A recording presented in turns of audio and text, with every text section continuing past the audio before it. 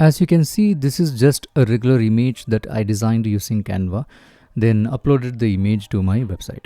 But watch closely, this is not just a regular image. I can now ask my readers to click on specific parts of this image and make it interactive. So whenever they click here, it can take them to my product page, or if they click on this phrase here, it would take them to my website. So the opportunities where you can put this to use for your situations are endless. In this video, we will see how to add clickable areas on any specific part in your image. And no, your image need not be a PDF for this trick to work. As I showed at the beginning of this video, you can embed your image in your website or blog post and make it clickable in multiple areas of the image. It could be a JPEG or PNG. Alright, once you upload your image to the website, add it to your blog post or page wherever you want it. I'm using a WordPress website in this case, but it should work fine for any website because it's all just HTML at the core. I even tested it in a Blogger blog and it worked without any issue. Now go into the HTML code view. Let me make it a little bit tidy here so you can read the code better. Now we are going to add a couple of lines of code, but don't worry, I will explain every bit of it, showing which line of code does what, and they are really simple if you follow along. But if even looking at the code intimidates you, you can simply copy the code from my website and just change the important parts as we will see now, so the code will work fine for you. The links are given in the description. Okay, now let's add a new HTML tag or element called map and give it a name.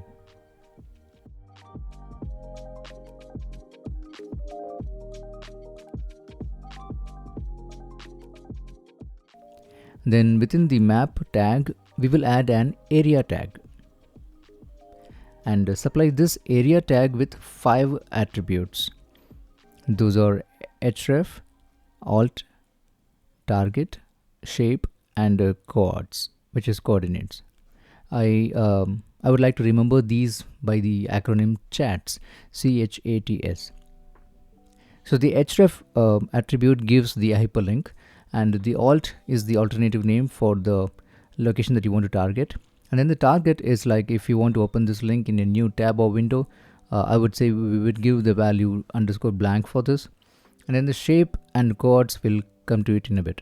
Now if the shape attribute is set to rectangle, which is RECT rect, then the coordinates must have the top left and the bottom right pixel positions of the rectangle.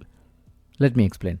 So to find the pixel positions, I will open my image in Paint. Now optionally you can also have the rulers added for more effective finding of pixels to validate.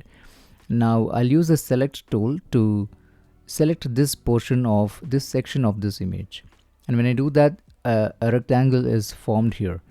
This is just for guidance. So when I put this selection and then place my cursor on this location at the top left of the text where I want to place the link, I can see the pixel position here at the bottom corner. Similarly, for the bottom right position here, I'll just place my cursor on this adjusting handle for this rectangle at the bottom right position here. It tells me where we are at the pixel position for this particular location. Just note down these numbers. You need not do anything inside Paint apart from noting down the pixel position points. Now back to our code in the website, and within the coordinates attribute, we should give 4 numeric values separated by commas. The first 2 values are the x and y coordinates of the top left corner, which we saw in Paint, and the third and the fourth numbers are the x and y coordinates of the bottom right corner of that rectangle, wherever that section you want to add that hyperlink to the text. Now before you test this code, remember this important step. Add this attribute called Usemap, without space, Usemap, within your image tag. Its value must begin with a hashtag and must match the name that we gave earlier to the map tag.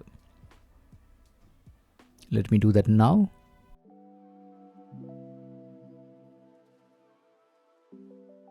Okay, now save the page, preview it, and test your links. Awesome, great, it works.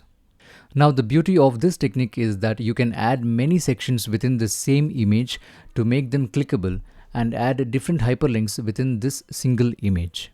Here's how to do that. Copy this area tag information completely and duplicate it in the next line. Modify the href, alt and the coordinate values for your second link. Let me do that now.